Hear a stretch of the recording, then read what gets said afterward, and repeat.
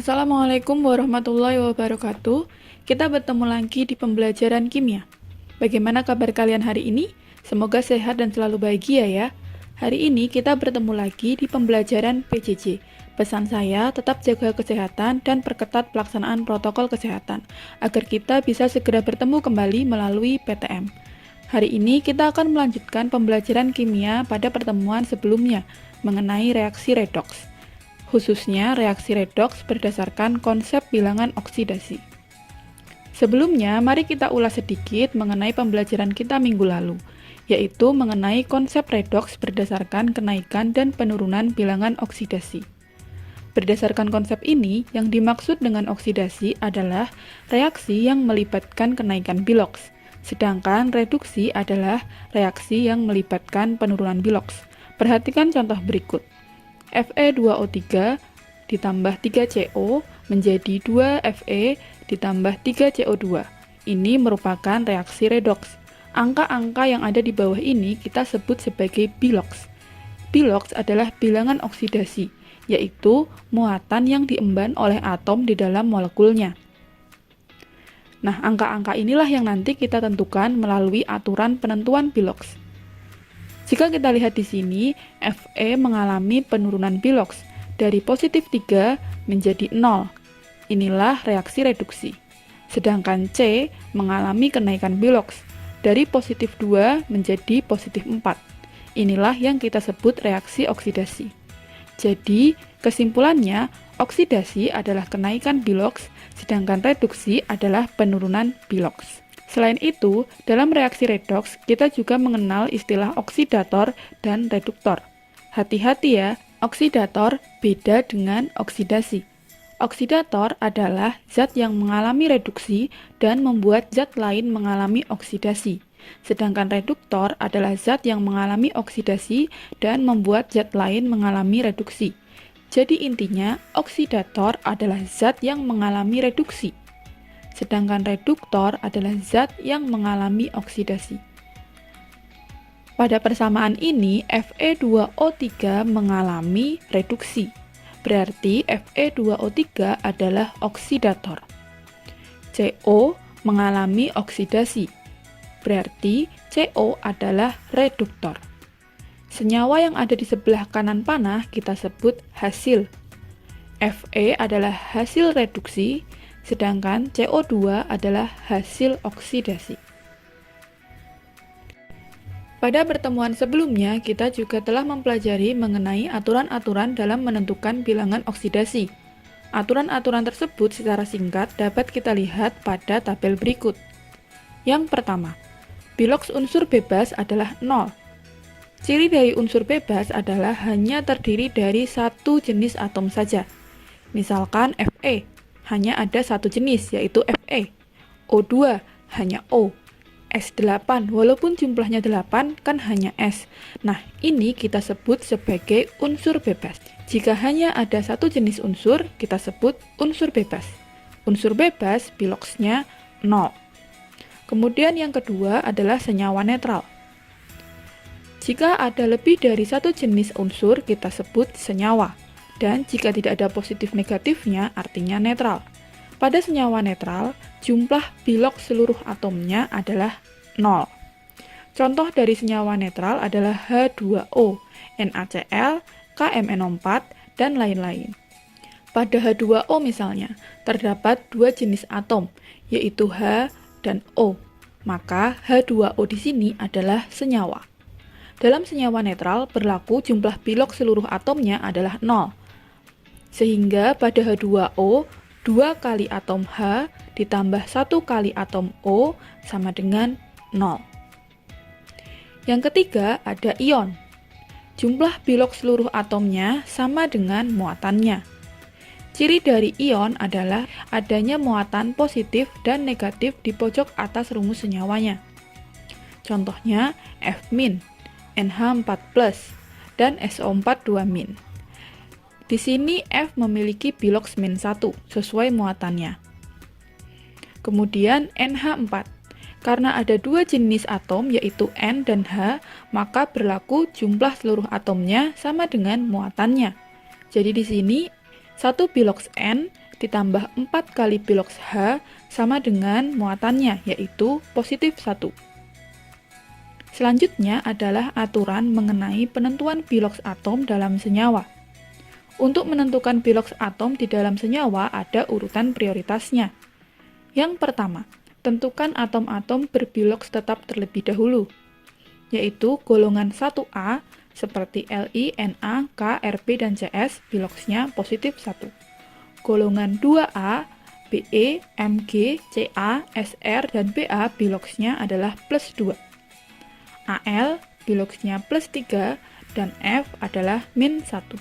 Setelah kita menentukan 4 golongan ini, barulah kita menuju aturan selanjutnya. Prioritas selanjutnya adalah H.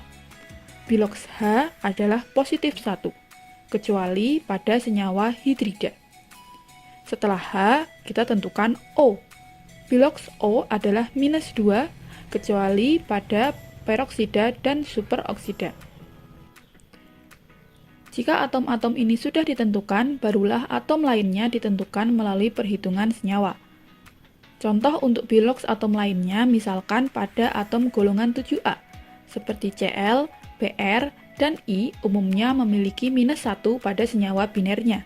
Sedangkan atom-atom golongan B atau golongan transisi memiliki beberapa bilangan oksidasi.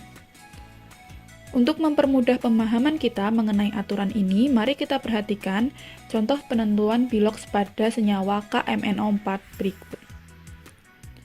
KMNO4 di sini terdiri dari 3 jenis atom, yaitu K, Mn, dan O. Karena lebih dari satu jenis, maka dia adalah senyawa. Di sini juga tidak ada muatan positif dan negatif. Artinya, KMNO4 adalah senyawa netral. Nah, tadi pada aturan, senyawa netral berlaku jumlah seluruh piloks atomnya adalah 0. Sekarang kita tentukan masing-masing piloks atomnya. Ada K, ada Mn, ada O. Ingat ya, harus sesuai prioritas. Urutannya tadi 1A, 2A, Al, dan F, kemudian H, kemudian O, baru yang lain. Pada KMNO4, adakah golongan 1A, 2A, Al, dan F? Ada. K. K adalah golongan 1A. Berarti piloks K di sini adalah positif 1. Setelah itu H. Tidak ada H, berarti O. Nah, ada. O di sini piloksnya negatif 2. Baru yang terakhir kita tentukan atom lainnya, yaitu Mn, menggunakan perhitungan senyawa netral. Pada senyawa netral, jumlah piloks sama dengan 0. KMNO4, ada 1 atom K, 1 atom Mn, dan 4 atom O. Sehingga dihitung 1 kali piloks K ditambah 1 kali piloks Mn ditambah 4 kali piloks O sama dengan 0. Tadi kita tahu piloks K adalah positif 1 dan piloks O adalah negatif 2. Sehingga positif 1 ditambah piloks Mn ditambah 4 dikali negatif 2 sama dengan 0. Positif 1 plus piloks Mn ditambah minus 8 sama dengan 0. Piloks Mn min 8 plus 1 berarti kan min 7 sama dengan 0. Nah, min 7 ini pindah ruas sehingga piloks Mn-nya sama dengan positif 7. Nah, inilah yang kita sebut dengan perhitungan piloks. Jadi, urutannya kita tentukan dulu 1A, 2A, Al, dan F. Setelah itu, tentukan H. Setelah itu, tentukan O. Setelah itu, tentukan piloks atom lainnya melalui perhitungan seperti ini. Nah, bagaimana? Mulai paham sampai di sini? Untuk lebih memahamkan lagi, mari kita bahas bersama beberapa latihan soal berikut. Tentukan bilangan oksidasi dari unsur-unsur yang bercetak tebal berikut. 1. Ca. Nah, Ca di sini kan hanya ada satu jenis atom ya, yaitu Ca atau kalsium. Berarti Ca di sini adalah unsur bebas. Unsur bebas tadi piloksnya 0. Berarti jelas biloks Ca adalah 0. Nomor 2, Mn2+. Ini juga hanya ada satu jenis atom, Mn. Tetapi perhatikan ini, ada positif 2, berarti ada muatan. Ini adalah ion. Pada ion, jumlah biloks atomnya sama dengan muatannya. Nah, berarti di sini Mn biloksnya adalah muatannya, yaitu positif 2. NaO. Ada dua jenis atom, Na dan O. Berarti ini senyawa. Tidak ada positif, tidak ada negatif. Berarti senyawa netral. Jumlah biloks atom pada senyawa netral adalah 0. Jadi, biloks Na ditambah biloks O sama dengan 0. Sesuai urutan ya. 1A, 2A, Al, dan F, kemudian H, kemudian O, baru yang lain. Na adalah golongan 1A. Jadi, Na dulu yang kita tentukan. Na biloksnya adalah positif 1. Sehingga biloks O dapat kita hitung positif 1 ditambah biloks O sama dengan 0. Biloks O positif 1-nya pindah ruas jadi negatif 1. Sehingga biloks O sama dengan negatif 1. Yuk coba lagi. HNO3. Ada 3 jenis atom. H, N, dan O. Berarti ini senyawa. Tidak ada positif negatif, berarti netral lagi. Nah, jumlah biloks pada senyawa netral adalah 0. Berarti biloks H ditambah biloks N ditambah 3 kali biloks O sama dengan 0. Ingat urutannya. 1A, 2A, Al, dan F tidak ada. Ada, berarti H di sini positif 1. Kemudian O ada, negatif 2. Sehingga dapat kita tulis biloks H plus biloks N ditambah 3 kali biloks O sama dengan 0. Biloks H tadi positif 1, biloks O-nya negatif 2. Sehingga positif 1 ditambah biloks N ditambah 3 kali negatif 2 sama dengan 0. Positif 1 ditambah biloks N ditambah negatif 6 sama dengan 0. Biloks N positif 1 negatif 6 berarti negatif 5 sama dengan 0. Biloks N negatif 5-nya pindah ruas, berarti menjadi positif 5. Sehingga biloks N sama dengan positif 5. Yang terakhir, Cr2O7 2-. Ada dua jenis atom di sini, ada Cr, ada O, berarti ini senyawa. Ada muatan -2 juga, berarti ini ion. Senyawa ion berlaku jumlah seluruh atomnya sama dengan muatannya. Oke, mari kita hitung lagi.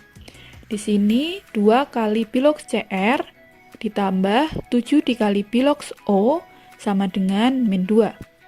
Sesuai urutan tadi, kita tahu bahwa biloks O adalah negatif 2. Sehingga 2 kali biloks Cr ditambah 7 dikali negatif 2 sama dengan negatif 2. 2 kali biloks Cr -14 sama dengan -2. 2 kali biloks Cr sama dengan -2 pindah ruas positif 14. 2 kali biloks Cr sama dengan positif 12. Biloks Cr berarti positif 12 dibagi 2, yaitu positif 6. Jadi seperti itu contoh-contoh dari penentuan biloks atom dalam senyawa. Untuk menguji pemahaman kalian mengenai materi ini, silahkan kerjakan tugas kimia secara mandiri di Google Classroom. Pembelajaran kimia pada hari ini saya cukupkan sampai di sini. Terima kasih atas perhatiannya. Kita bertemu lagi di pembelajaran berikutnya. Tetap jaga kesehatan. Terima kasih. Assalamualaikum warahmatullahi wabarakatuh.